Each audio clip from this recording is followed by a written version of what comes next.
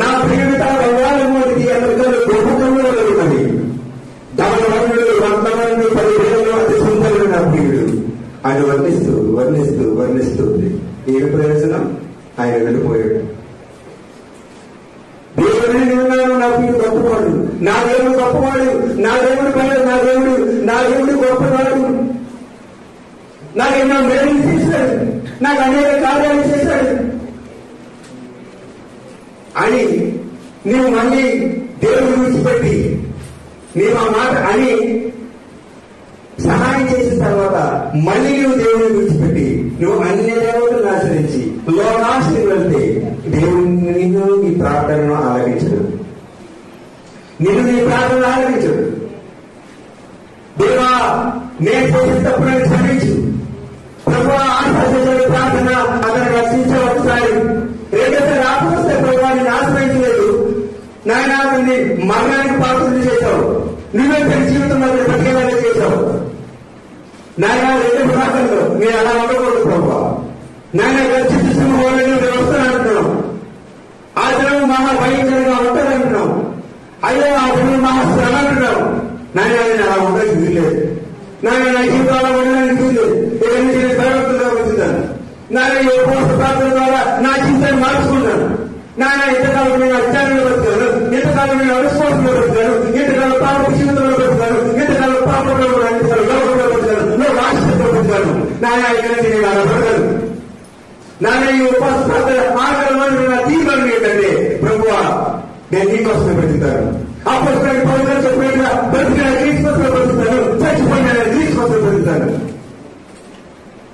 ప్రభువా నేను నీకోసం బ్రతుకుతాను నాయన. పరిస్థితులుగా లేకపోతే నాయన ప్రభుత్వం చూడలేదు, నీ వాక్యం చెప్తుంది కాబట్టి ప్రభావ నేను పరిస్థితులుగా ఉంటాను నాయన. బాప్తిజం తీసుకున్న తర్వాత నేను చూడడు, బాప్తిజం తీసుకుని బాప్తిజం నా పాపాలను ముంచివేస్తాను నాయన. నేను బ్రతుకుతాను, వాక్య స్థానం చేస్తాను, అన్యోన్య సమాసం నీకు కలిగి ఉంటాను ప్రభువా నాయన. సౌరభంగా అర్థమైంది 10,000 కాశ్మీర్ ఆత్మహత్య తీయడానికి వచ్చావు ప్రభుత్వ విశ్వాసిని నాయన. నేను తరపు తీయడానికి నేను భర్త చదువుతున్నాను, నా అవసరాన్ని తొలగించుకున్నాను నాయన.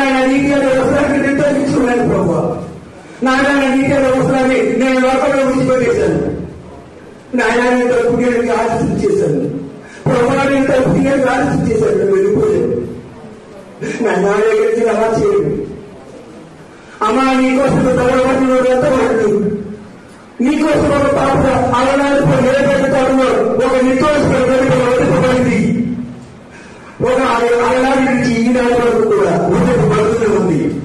ఆయన స్వయంగా తన మానవ మట్టి దేహం కోసం ఆయన స్వయంగా దిగివచ్చి మనలో నీ పాపాల కోసం నా పాపాల కోసం దానివల్ల రక్తం చెప్పుకోవడానికి స్వరూపమైన సొగసైనను లేదు, అతను స్వరూపమైన లేదు, సొగసైన లేదు. అతని పక్కన గుడ్డు కిరీటం పెట్టబడింది, అతని పక్కన పనులు పోటు పడబడింది, అతని మాటలతో ఈ మేలు కొట్టబడ్డాయి, కాళ్ళలో మేలు తెగబడ్డాయి. దానివల్ల రక్తం పెట్టి చెప్పుకునే అతను అందమైన వాడు. నీకోసం ఒక గొర్రెపై ఎవరు వదిలిపోబడ్డారు అమ్మా, నీకోసం వదిలిపోబడ్డారు. నీ పాపలు నా పాపల కోసం మరణించారన్నమాట. స్వతసాగం లేదు, ఎప్పుడైనా నీ అనుభవం చెప్తాడు. స్వతసాగం మన అతిక్రమణ చేత నలగోట కొడినవాడు అమ్మా. మన అతిక్రమణ చేత నలగోట పడ్డారు, మన పాపముల చేత నలగోట పడ్డారు, మన దోషముల చేత నలగోట పడ్డారు. దాని వరకు వరకు వెళ్ళి చెప్పుకునే ఆయన బంగారం వల్ల ఉంటుంది నా తలాన్ని చెప్పుకున్న ఆయన స్వతసాగం లేక స్వరూపమైన లేక మానవ దేహంలో పుట్టి నీ పాపాలు నా పాపాల కోసం మరణించిన గొప్ప దేవుడు మన దేవుడు, గొప్ప దేవుడే మన దేవుడు. మానవపరచబడ్డమ్మ దేవుడు సాగుపరచబడింది, ఆయన గొప్ప దేవుడు మానవపరచబడింది.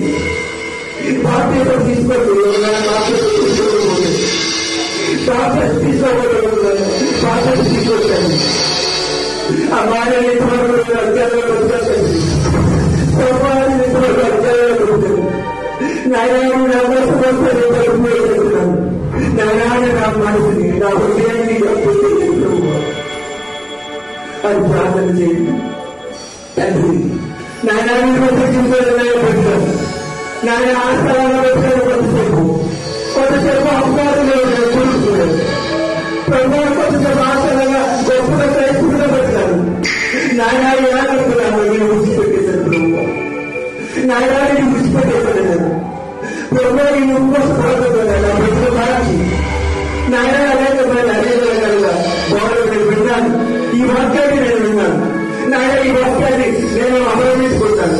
ఈ వాక్యాన్ని బట్టి నేను నాయన నేను తండ్రి దీన్ని బట్టి నడిచాను. అమ్మా రోజు దేవుడు త్వరగా ఉంటున్నాడు. నాయన త్వరగా వస్తున్నాడు. మానవుడికి కొడుకుంటున్నాడు, ఈ హృదయాన్ని కొడుకుంటున్నాడు. నాకు పద్నాలుగు రోజులు ధర్మం కోరుకుంటున్నాడు. నీ మనసు కావాలి అంటున్నాడు, నీ హృదయాన్ని కావాలి అంటున్నాడు. ఆయన నీ హృదయాన్ని దేవుడు పరిశుద్ధాత్మని నీ కోసం సేవ చూస్తున్నాడు. పరిశుద్ధాత్మని నీ కోసం సేవ చూస్తున్నారు. ఇంకా నా ప్రజలు ఇంకా నా ప్రజలు ఈ లోకంలో బతుకుతున్నారా? ఇంకా నా ప్రజలు ఈ లోకంలో ఉంటున్నారా? ఇంకా నా నిరోధం బతుకుతున్నారా? చూస్తున్నారమ్మా. నా భూమి తమలవంతుడు అది సుందరుడు.